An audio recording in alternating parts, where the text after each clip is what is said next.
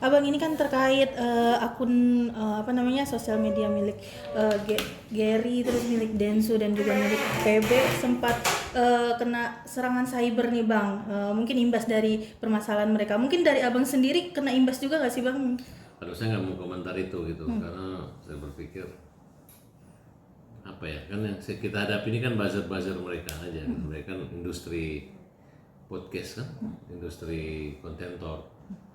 Ya kalau saya sih tanpa media sosial juga kan, media sosial memerlukan saya gitu. Tanpa media sosial kan berita saya untuk media sosial gitu. Jadi saya pikir ya saya nggak tahu. Ya kalau mereka berantem kan mereka semua jago-jago tuh, biar aja saling serang gitu kan, saling ban gitu kan. Oke. Bang, tapi dengan adanya serangan cyber kepada mereka bertiga, diduga imbas dari rekaman video, rekaman audio yang sempat itu. Saya nggak ngikutin Gimana lagi tuh, Bang? IG mereka gitu, karena saya berpikir kalau Agus dengan tim lawyernya ada kasus atau ada bukti baru, silakan aja mereka aja. Saya udah nggak ada waktu lagi memikirkan urusan mereka itu, udah capek otak saya memikirin itu, karena nggak ada solusi, malah yang ada polisi di situ.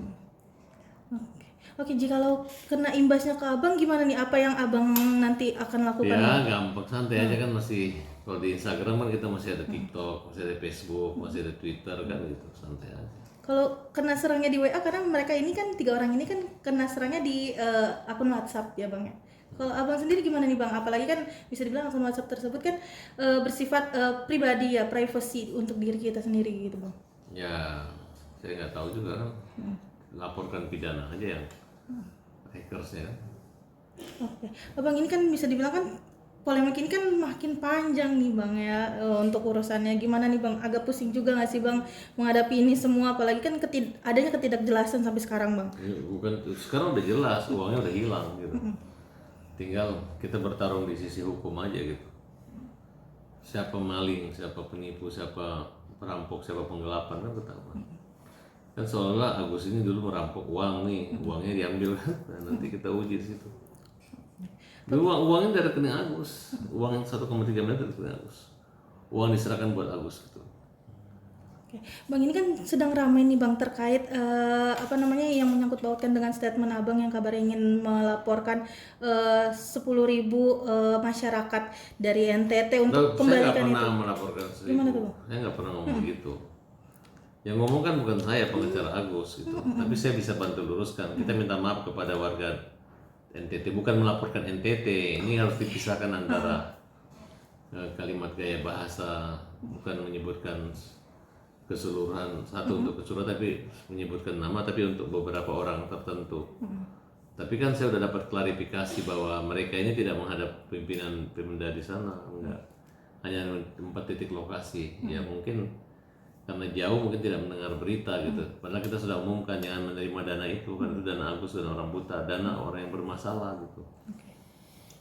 Nah, dan nanti kita udah dapat informasi dan dapat data-data dia beli barang-barang apa pun, ada yang akan menyampaikan, sudah kontak saya. Oke. Tapi dengan adanya apa namanya yang sebelumnya tadi aku bilang sempat bisa dibilang tuh diputar balikan faktanya. Gimana tuh bang? Ya mereka itu kan dulu lawan-lawan saya mereka ini, dan kita rada kalah sih untuk opini gitu. Masyarakat netizen mendukung mereka. Nah tapi sekarang mereka lawan antara mereka gitu.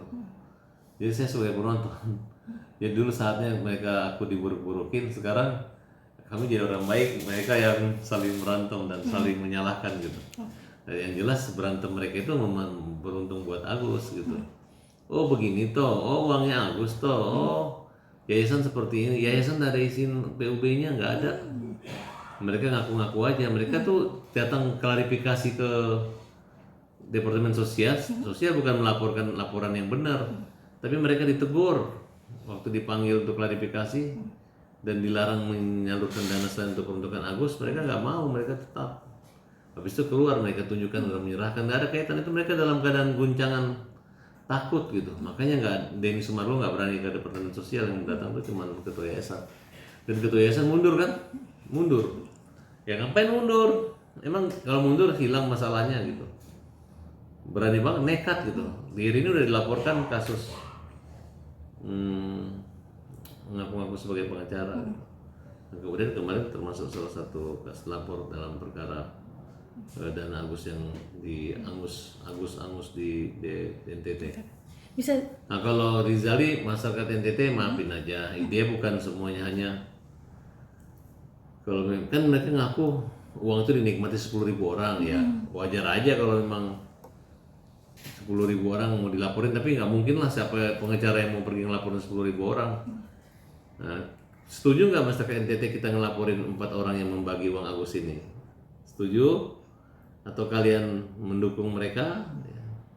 Pilih mana? Mendukung Agus yang buta, tak berdaya, atau pilih orang yang menghabiskan uang Agus? Itu aja simpel kok. Ya kalau kalian milih mereka ya habiskan aja, nggak ada masalah. Dan kita juga nggak akan umumkan siapa yang nama akan dilaporkan, hanya inisial doang gitu. bisa dibilang tuh mereka tuh sekarang ini udah lepas tangan ya Bang dengan Udah takut, gimana udah takut, udah tahu salahnya gitu. Udah dibongkar sama Novi bahwa uang 500 pernah diminta kembali nggak dibalikin. Ya, udah ketahuan kan kalau udah dibalikin nggak mau dibalikin. Mau lu pakai laporan, pakai akuntan dari manapun tetap aja lu salah kan, kira-kira begitu. Simpel kok. berarti Dan Novi mengatakan tidak boleh uang masuk ke rekening pribadi Gary, Gary beli seenaknya, nggak bisa, harus ke vendor langsung kan. Nah gitu.